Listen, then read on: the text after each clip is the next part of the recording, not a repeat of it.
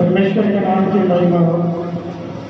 आइए परमेश्वर के संदेश में हम आज परमेश्वर क्या चाहता है हमें बताना, सिखाना, समझाना, उसे हम समझने का प्रयास करेंगे। देखिए, विश्वासी के जीवन में भी बहुत बार ऐसा आता है कि उनके जीवन में रुकावट आ जाती है बहुत से कामों में, चाहे वो आशीष हो, बीमारी हो, बहुत देर तक ठहर जाता है, हम उससे निकल नहीं पाते हैं। तो आज परमेश्वर बताएगा कि वो रुकावट क्यों आती है। सबसे पहले हम एक वचन को देख लें, उत्पत्ति की पुस्तक 26वां अध्याय 3रा वचन। उत्पत्ति 26:3। तू इसी देश में रह और मैं तेरे साथ रहूंगा और तुझे आशीष दूंगा, क्योंकि मैं तुझे और तेरे वंश को ये सब देश दूंगा, तथा जो शपथ मैंने तेरे पिता इब्राहिम से खाई थी उसे पूरी करूंगा। उत्पत्ति 26:3 क्या कहता है? तू इसी देश में रह और मैं तेरे साथ रहूंगा और तुझे आशीष दूंगा, क्योंकि मैं तुझे और तेरे वंश को ये सब देश दूंगा, तथा जो शपथ मैंने तेरे पिता इब्राहिम से खाई थी उसे पूरा करूंगा। परमेश्वर यहाँ पर क्या कह रहा है? ये इसहाक से वो बात कर रहा है परमेश्वर, और कह रहा है कि तुम इसी देश में रहो और मैं भी तुम्हारे साथ रहूंगा और तुझे आशीष दूंगा। ये परमेश्वर का वचन है। वो जहाँ आपको रखता है आप वहाँ रहें, धीरज के साथ रहें, क्योंकि आपको ये समझना होगा कि जहाँ आप हैं परमेश्वर ने आपको रखा है। परमेश्वर का ये वचन, ये वाचा है कि मैं भी तेरे साथ रहूँगा।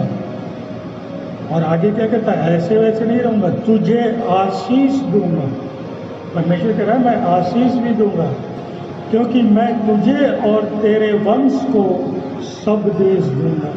कह रहा ये पूरा देश तुम्हारे ही वंश को दूंगा, तुम्हारे लोग को दूंगा, तथा जो शपथ मैंने तेरे पिता इब्राहिम से खाई थी उसे पूरा करूँगा।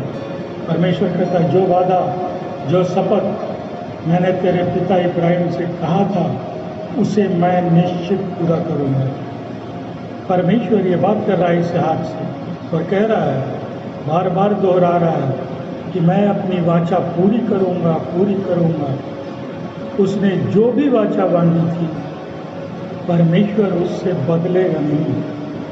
वह खुद ही कहता है कि मैं उसे पूरा करूँगा। और क्यों ऐसा कहता है? मलाकी 3:6 को निकालिएगा जरा। मलाकी की पुस्तक 3रा अध्याय 6ठा वचन। मलाकी 3:6 वचन। क्योंकि मैं यहोवा बदलता नहीं, इसलिए हे याकूब के संतान तुम नाश नहीं हुए। मलाकी 3:6 में परमेश्वर कहता है क्योंकि मैं यहोवा बदलता नहीं, इसलिए हे याकूब के संतान तुम नाश नहीं हुए। परमेश्वर कहता है कि मैं बदलने वाला परमेश्वर नहीं हूँ, और इसीलिए तुम लोग भी आज बचे हुए हो, क्योंकि मैंने शपथ खाई थी आशीष देने की, ये देश देने की, इसलिए हूँ। लेकिन अब आप सोचिए, परमेश्वर वो है जो स्वयं कहता है मैं बदलता नहीं हूँ। मैं तो नहीं बदलता। आशीष देने का वचन दिया, सारे देश देने का वचन किया, सब कुछ उसने वचन दिया कि मैं इसे पूरा करूँगा, तुम्हारे साथ रहूँगा, ये भी कहा परमेश्वर। पर फिर भी हम परमेश्वर से कुछ क्यों नहीं पा रहे? क्योंकि परमेश्वर वही है, उसने कहा मैं नहीं बदलूँगा, तो कुछ ना कुछ तो बदलाऊँ, जिससे आज हम इन सब चीज़ों से दूर हो रहे हैं। जो शपथ परमेश्वर ने खाई थी मेरे जीवन में नहीं हो रहा है। क्यों मैं आशीष नहीं पा रहा? क्यों मैं आगे नहीं बढ़ पा रहा? क्यों मैं निराशा में हूँ? आखिर रुकावट कहाँ है? लेकिन कहीं ना कहीं तो है कोई चीज़ जो रोक लेती है हमें इन सब चीज़ों से जो परमेश्वर हमें देना चाहता है। क्यों आज विश्वासी के जीवन में निराशा और बेचैनी है? परमेश्वर ने तो कहा कि मैं साथ रहूँगा, और जहाँ परमेश्वर साथ होता है वहाँ निराशा और बेचैनी तो नहीं होती। क्यों आशीष से दूर है? उसने कहा मैं तुझे आशीष दूंगा। क्यों इन सब चीज़ों से आज वंचित हैं? ऐसा लग रहा है कि कहीं ना कुछ गलत हम कर रहे हैं या हो रहा है, फिर भी हम कहते हैं हमसे तो कोई गलती नहीं हुई।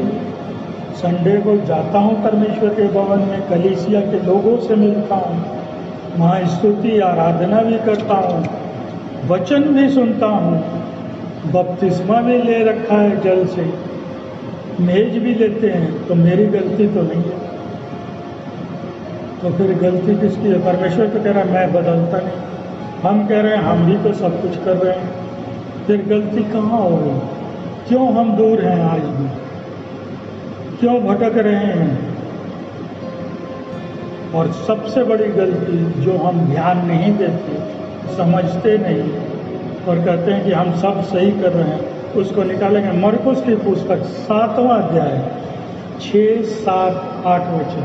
मरकुस 7 का 6 से लेकर 8 तक।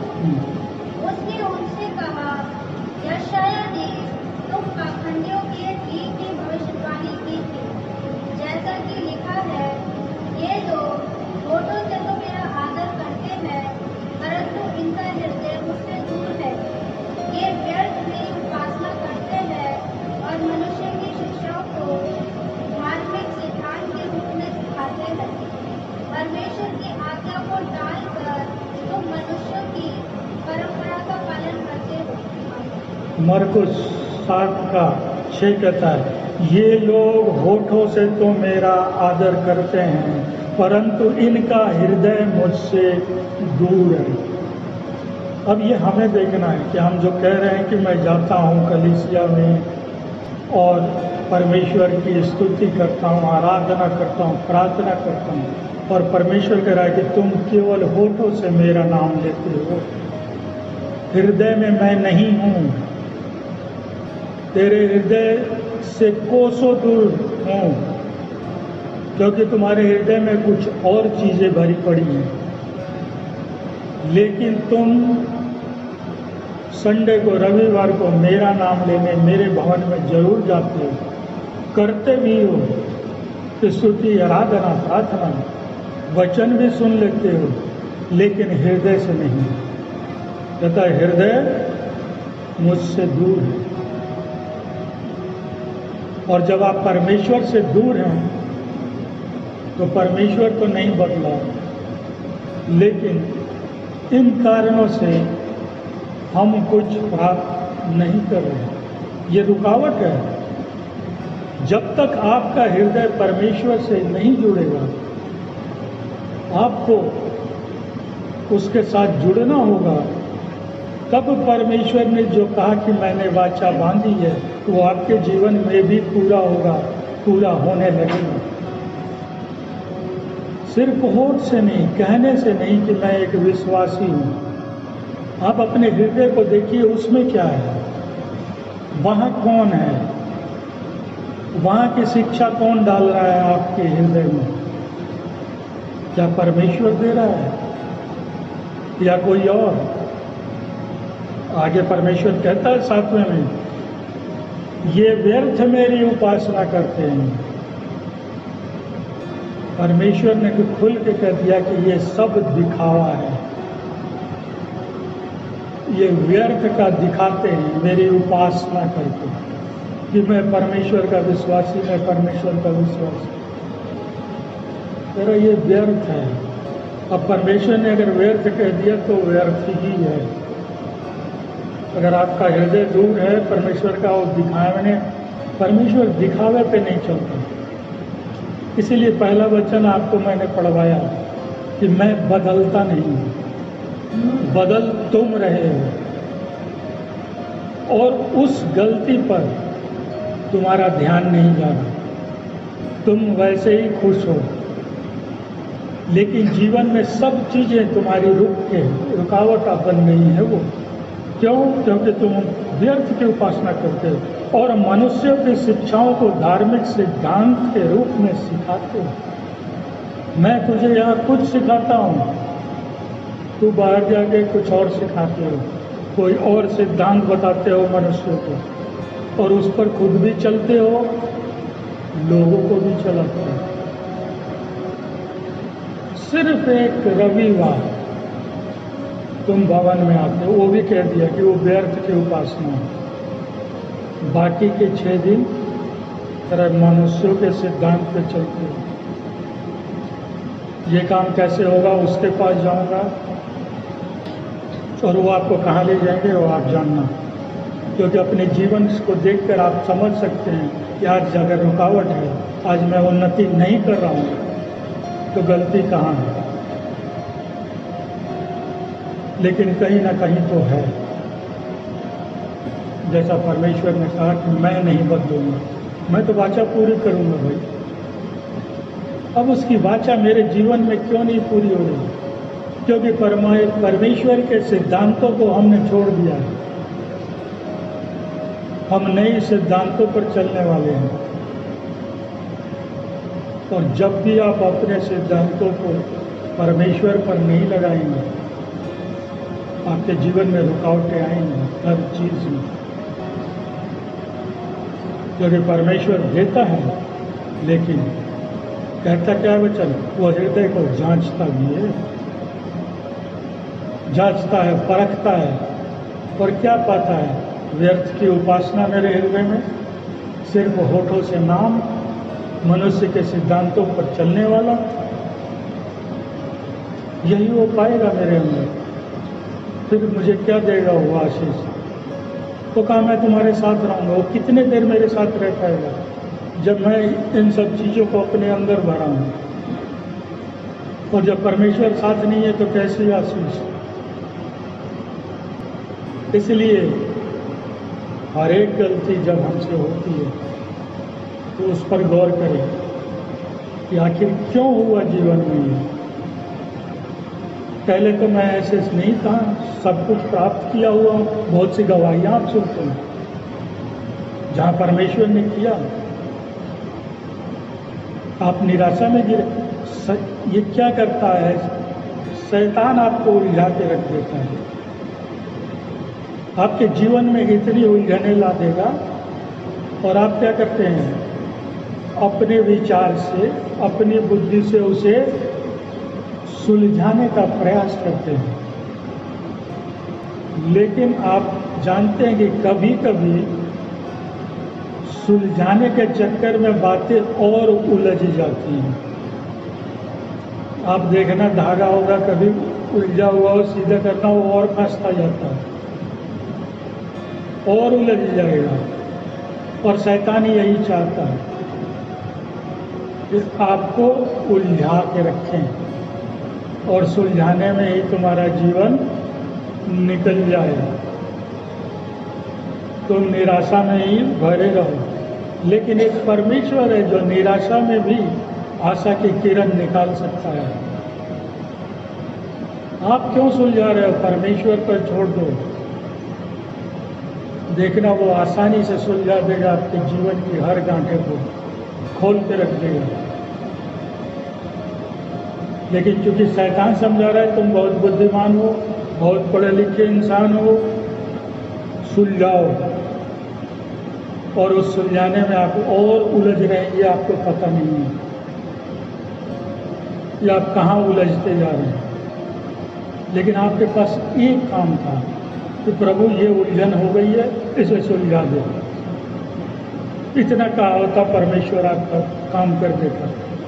लेकिन ये हमसे नहीं होते हो, हृदय दूर है, सिर्फ होठों पे नाम है, हृदय तो दूर है, हृदय में तो कोई और है।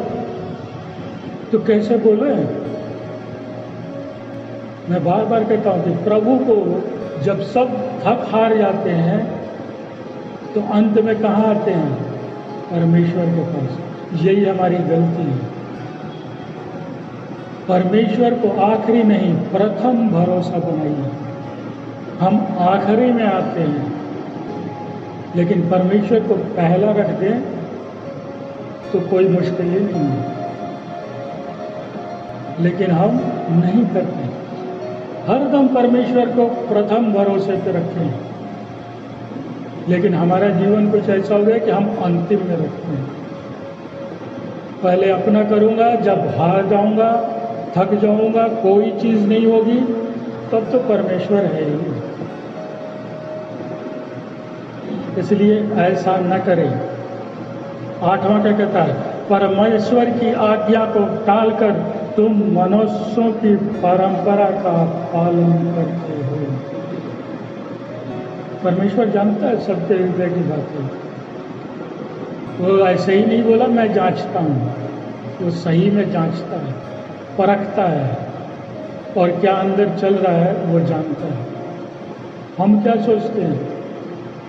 जहाँ हम भलाई के काम करते हैं, अच्छाई के काम करते हैं, वहाँ परमेश्वर होता है। लेकिन एक चीज़ ध्यान में रखना, जहाँ आप बुराई और गलत करते हो वहाँ भी परमेश्वर होता है। जहाँ आप गलत कर रहे हैं, बुरा कर रहे हैं, वहाँ भी परमेश्वर है। लोग सोचते हैं भलाई कर रहा हूँ तो यहाँ परमेश्वर हो। जी नहीं, वो हर चीज़ में है। आप उसकी आँखें, परमेश्वर का वचन कहता है, लगी हुई है। तो क्या क्यों लगी हुई है? हमें ही परखने और जांचने के लिए तो लगी है परमेश्वर की आंखें। और वो परखता है, देखता है। अगर तुम मेरी आज्ञा पे कहाँ चल रहे हो? तुम तो मनुष्यों की आज्ञा का पालन कर रहे हो, उनकी परंपराओं को निभा रहे हो। क्यों? क्या बहाना करते हो? मेरे माता पिता करते थे, मुझे सिखाया था, करना पड़ता है, मजबूरी। जिस दिन परमेश्वर कह देना मुझे आशीष देना है, नहीं दे पाऊंगा, मेरी मजबूरी है, उस दिन क्या हाल होगा हम लोगों का सोचिएगा। वो भी कहते कि मैं मजबूर हूँ, तुझे चंगा नहीं कर सकता, मैं तुझे आशीष नहीं दे सकता, मैं तुझे बीमारी से नहीं बचा सकता। हम तो अपनी मजबूरियाँ गिना के परमेश्वर कहता अब मैं क्या करूँ? मेरे दादा परदादा ने सिखाया था, नहीं करो तो वो नाराज हो जाते हैं। आप मनुष्य को नाराज नहीं करने के लिए परमेश्वर की आज्ञाओं को, उसकी परंपरा को तोड़ देते हैं। उसे आपको नाराज करना परमेश्वर को मंजूर है, लेकिन एक इंसान को आप नाराज नहीं कर सकते। ये क्या बात है? ये कौन से विश्वासी हैं? परमेश्वर तू नाराज मत, मैं तुझे बाद में मना लूँगा, आऊँगा एक संडे भवन में, तेरी आराधना स्तुति करूँगा। दयालु परमेश्वर है, मान ही जाएगा। लेकिन आप कर क्या रहे हैं? आप जो याकूब कहता है कि तुम सागर की लहरों की तरह उछल कूद कर रहे हो, वही हम आजकल कर रहे हैं विश्वासी। और इसलिए कुछ प्राप्त नहीं हो। याकूब ने कहा कि वैसे को कुछ भी प्राप्त नहीं होगा। यहाँ परमेश्वर भी कहता है कि मेरी आज्ञा पर कहाँ हो तुमने उसको टाल दिया। क्यों? क्योंकि अभी तुम्हारे लिए जरूरी है मनुष्यों की परंपरा को चलना। और जब आप चलते हैं तो आप अपने जीवन को कहाँ पाते हैं, ये आप सब जांच के देखना, सोच के देखना कि कहाँ परमेश्वर को मैंने रखा है, कहाँ मनुष्यों को रखा है। बहाने तो आप बहुत बना लो, लेकिन परमेश्वर सब चीज़ जानता है। इसीलिए शुरू में ही परमेश्वर कह दिया कि गलती तो कहीं है, तुम जानो या ना जानो। बहुत से लोग अपनी गलती जानते भी हैं कि मैं यहाँ गलत हूँ, लेकिन फिर भी करते हैं, चाहे अपने फायदे के लिए, चाहे किसी और को खुश करने के लिए, चाहे किसी और कारण से। लेकिन उस समय आप भूल जाते हैं कि आपका परमेश्वर आपसे खुश होगा कि नहीं, जिसकी गवाहियाँ कभी आप जीवन में दी थी। वो परमेश्वर जो मुझे संभाल के रख, जो कहता है कि मेरी नज़र तो तेरे माता के गर्भ में ही थी, मैं तो वहाँ से तुझे उठा के लाया हूँ, वहाँ से चुन के लाया हूँ, उसका क्या? उसके लिए हम क्या कर रहे हैं? कुछ नहीं। परमेश्वर को कहना पड़ रहा है तुम हृदय से तो दूर हो, व्यर्थ मेरी उपासना करते हो, सिर्फ होठों से मेरा आदर करते हो।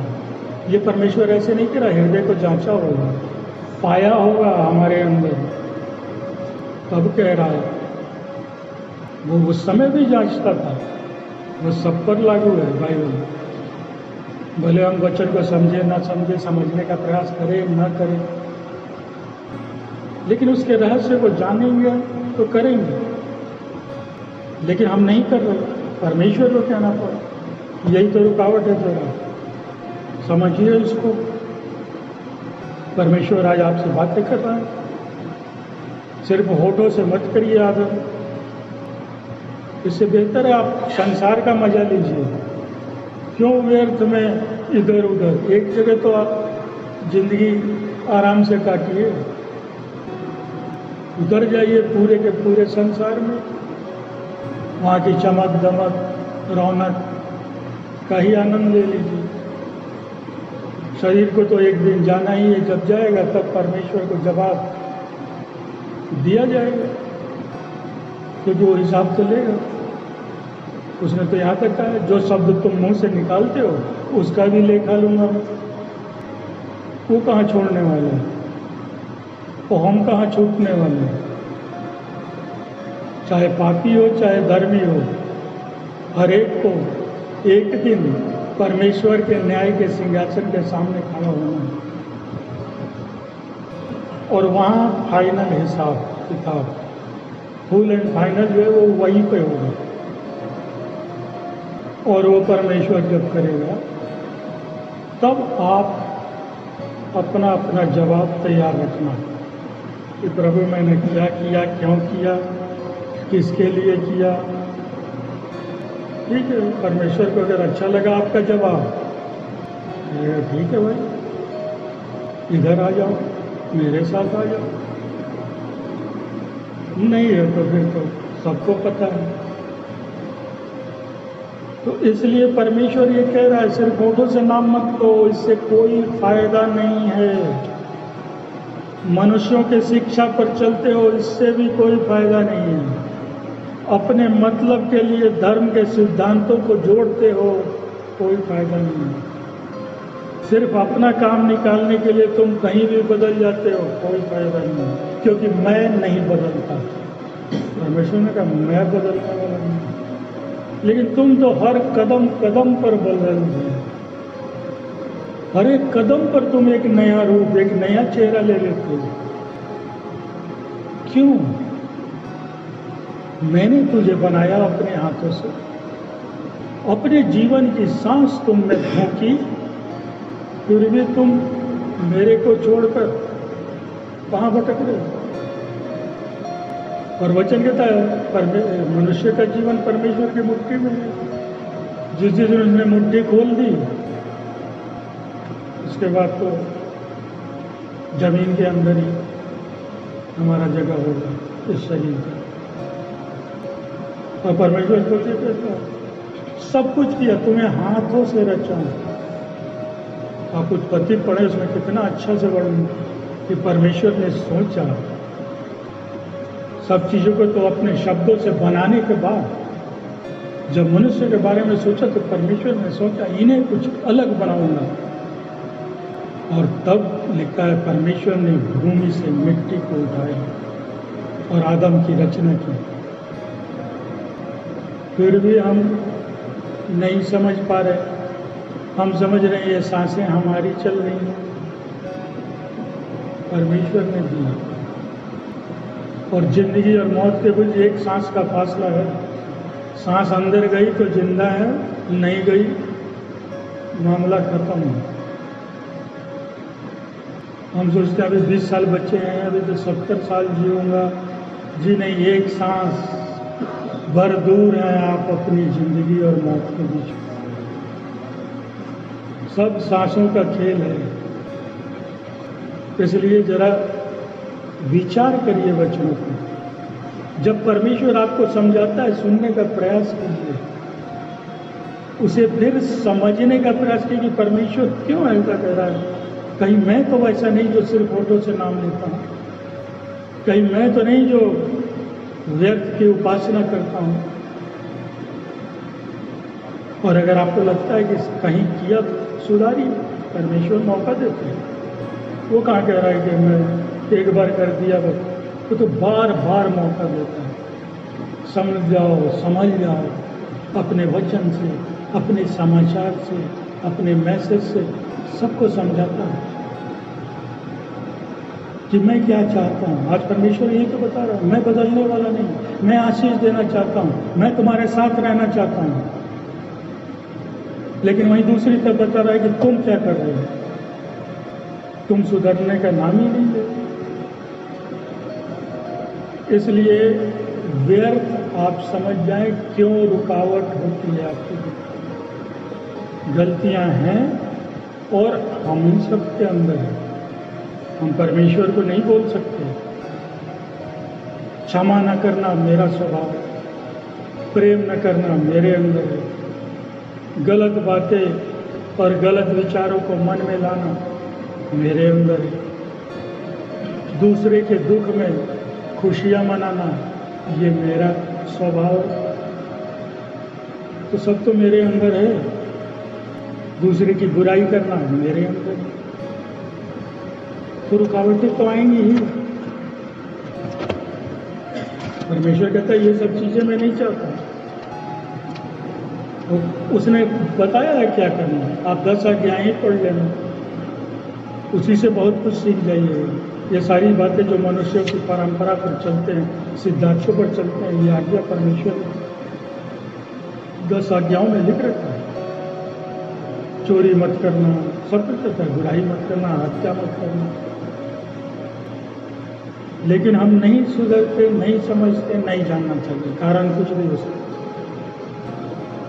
और फिर जब रुकावट होती है तो सोचते हैं ऐसा क्यों हो रहा है जीवन में।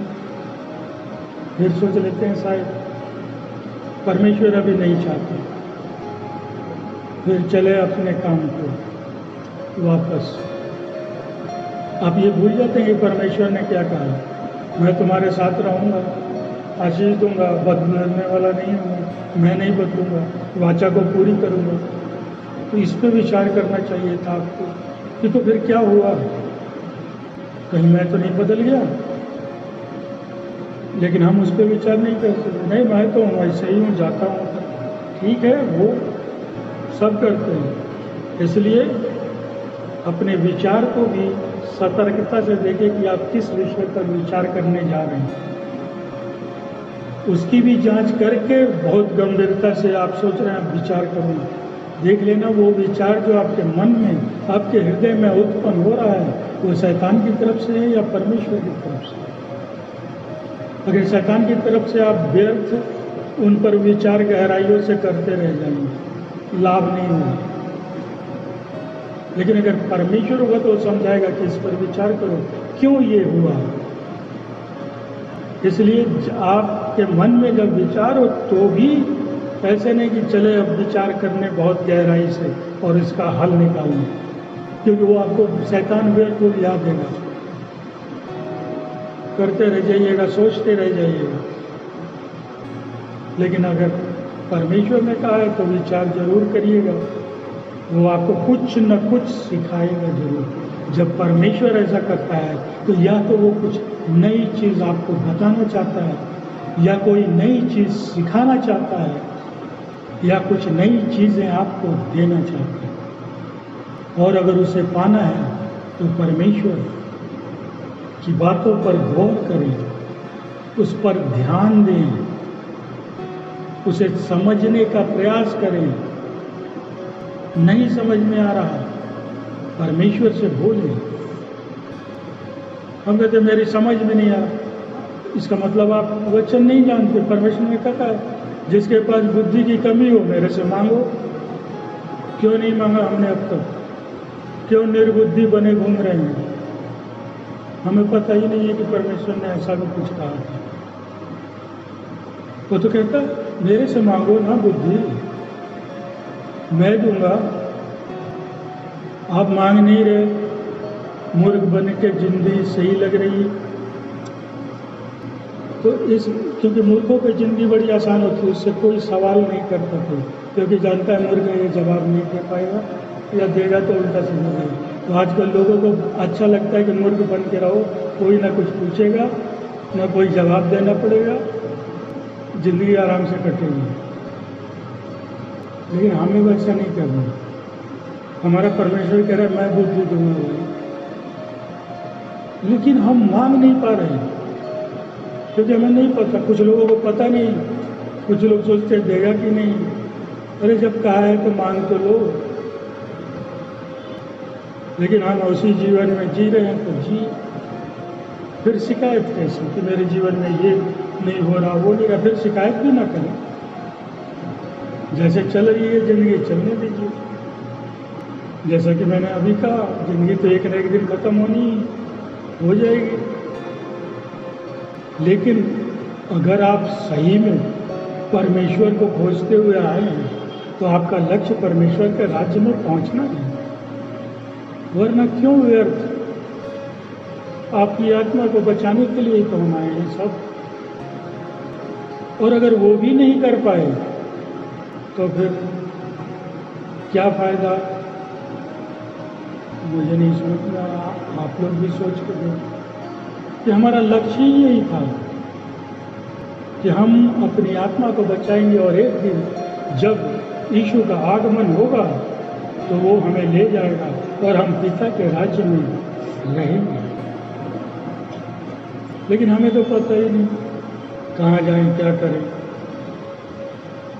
इसलिए आशीष प्राप्त करने के लिए आप हर संभव प्रयास करें और हर दम ध्यान रखें कि परमेश्वर नहीं बदला है। तो अगर कुछ रुकावट है तो कुछ चीज़ें मेरे जीवन में बदली होंगी जरूर। ये तो आप आंख बंद करके सोच सकते हैं कि कमियां मेरे अंदर ही हुई, कहीं मैंने कुछ किया, और जब किया है तो उसे सुधारिए। आइए एक वचन और पढ़ते हैं, यशायाह की पुस्तक 59 चैप्टर वर्स 2।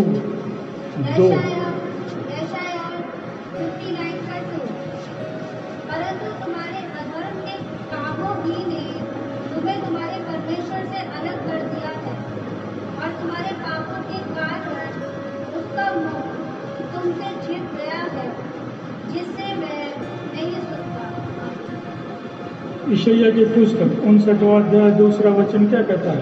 परंतु तुम्हारे अधर्म के कर्मों ही ने तुम्हें तुम्हारे परमेश्वर से अलग कर दिया है, और तुम्हारे पापों के कारण उसका मुख तुझसे छिप गया है, जिससे वह सुनता नहीं। वचन खुलकर बता देता है कि और क्या कारण है रुकावट के। कह रहा है तुम्हारे अधर्म के कामों। मैंने धार्मिक कामों की शिक्षा दी थी, लेकिन तुम अधर्म के मार्ग पर चले गए, वो काम करने लगे,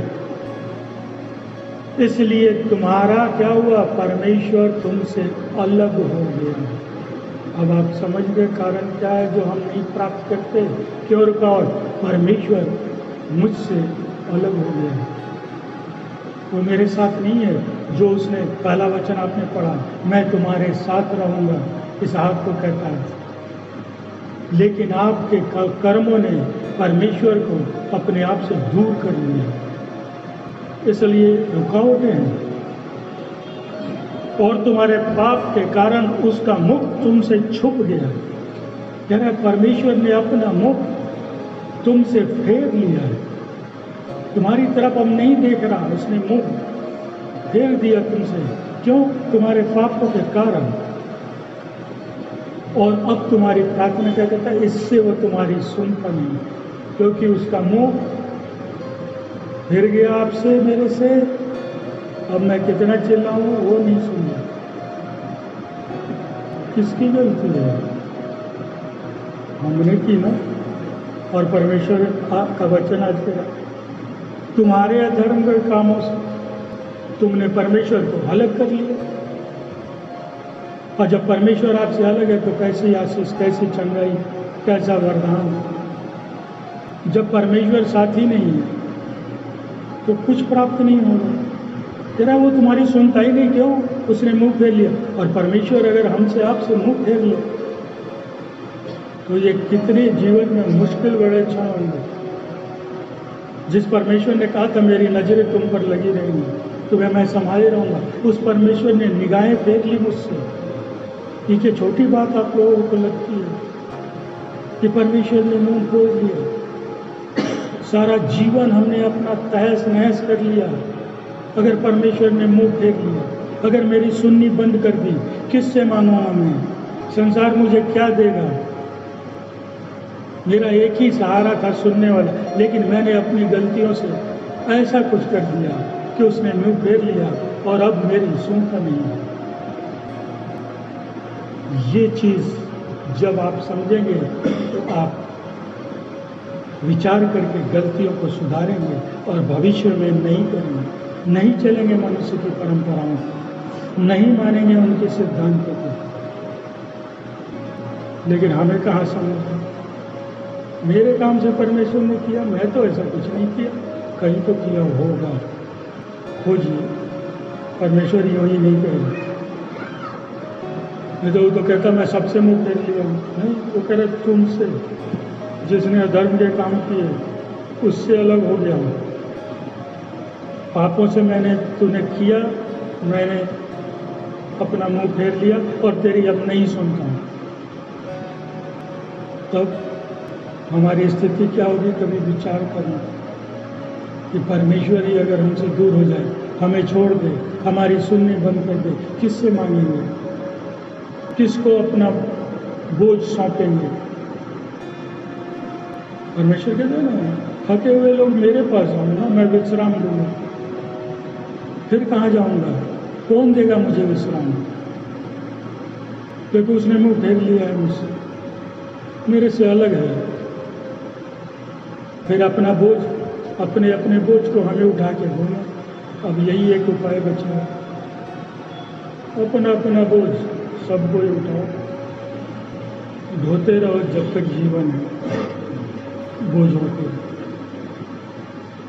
लेकिन परमेश्वर कहता नहीं, लेकिन वो दयालु परमेश्वर है, प्रेमी परमेश्वर है। आगे क्या करता है? पहला यूहन्ना 1:9, यदि हम अपने पापों को मान ले तो वह हमारे पापों को क्षमा करने और हमें सब अधर्म से शुद्ध करने में विश्वास योग्य और धर्मी है। पहला यूहन्ना 1:9 क्या कहता है? यदि हम अपने पापों को मान लें तो वह हमारे पापों को क्षमा करने और हमें सब अधर्म से शुद्ध करने में विश्वास योग्य और धर्मी है। परमेश्वर अब रास्ता भी बता रहा है। पहले उसने कह दिया मैं अलग हो गया हूँ, चुप गया हूँ, लेकिन एक मौका फिर दे रहा है। कह रहा है यदि अपने पापों को मान लो तो मैं तुम्हारे पाप को क्षमा कर दूंगा और तुम्हें सब अधर्म से शुद्ध करने में विश्वास योग्य और धर्मी। और मैं ये कर सकता हूँ, और आप ये जान जाए सिर्फ वही कर सकता है, और कोई रास्ता नहीं है। अपना आपके पाप क्षमा कराने आप कहीं जाओ, वो नहीं कर पाएगा। कह रहा है सब अधर्म के काम जो किए हो ठीक है, हो गई तुमसे मनुष्य हो, लेकिन अगर अभी भी मौका दे रहा हूं, मान लो अपने पापों को, तो मैं क्षमा कर दूंगा। और जब परमेश्वर आपके पाप को क्षमा करेगा तो आपका क्या फायदा होगा? वो फिर आपसे जुड़ जाएगा, अभी अलग हुआ है वो, फिर अपना मुंह आपकी तरफ कर लेगा, फिर आपकी बातें सुनने लगेगा। लेकिन हम अगर ये करते हैं, अपने पापों को मान कि हाँ हो, क्योंकि बहुतों को अपने आप को ये मानने में कि मेरे से गलती हुई, पाप हुई या धर्म के काम हुए, स्वीकार्य नहीं है। कोई मानने को तैयार नहीं होता मेरे से गलती हुई, वो दूसरे पे दोष लगा देगा, इसके चलते हुए मेरे चलते। लेकिन परमेश्वर कहता है गलती तूने की, पाप तूने किया, क्षमा तू मांगेगा, तेरे लिए दूसरा कोई नहीं मांगेगा, और मैं फिर तुम्हें अपने पास ले आऊंगा। किसके पास कितना मौका है कोई नहीं जानता, लेकिन परमेश्वर ने एक रास्ता दिखाया, मान लो। अगर आप मानते हैं परमेश्वर आपसे जुड़ जाएगा। अगर आप अपने को धार्मिक समझ रहे हैं, कोई गलती या कोई पाप नहीं हो, आपकी बात परमेश्वर को बोल देना, मेरे से तो नहीं हुई, ठीक है। और जब हम ऐसा करते हैं तो परमेश्वर क्या करता है, जब हम अपना मान के छोड़ देते हैं सब कुछ। ये सया 54:7 शायद भर के लिए मैंने तुझे त्याग दिया था, परंतु अब बड़ी दया करके फिर तुझे रख लूंगा। क्या कहता है परमेश्वर, देखिए कितना दयालु।